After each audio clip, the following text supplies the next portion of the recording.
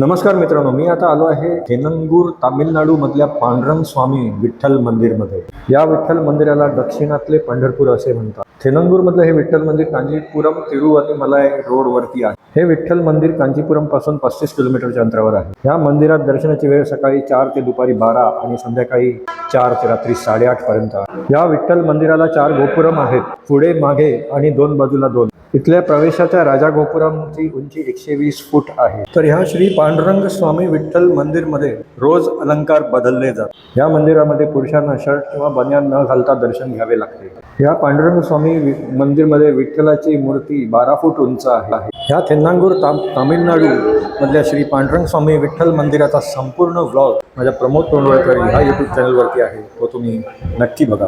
Vitthal Vitthal Vitthala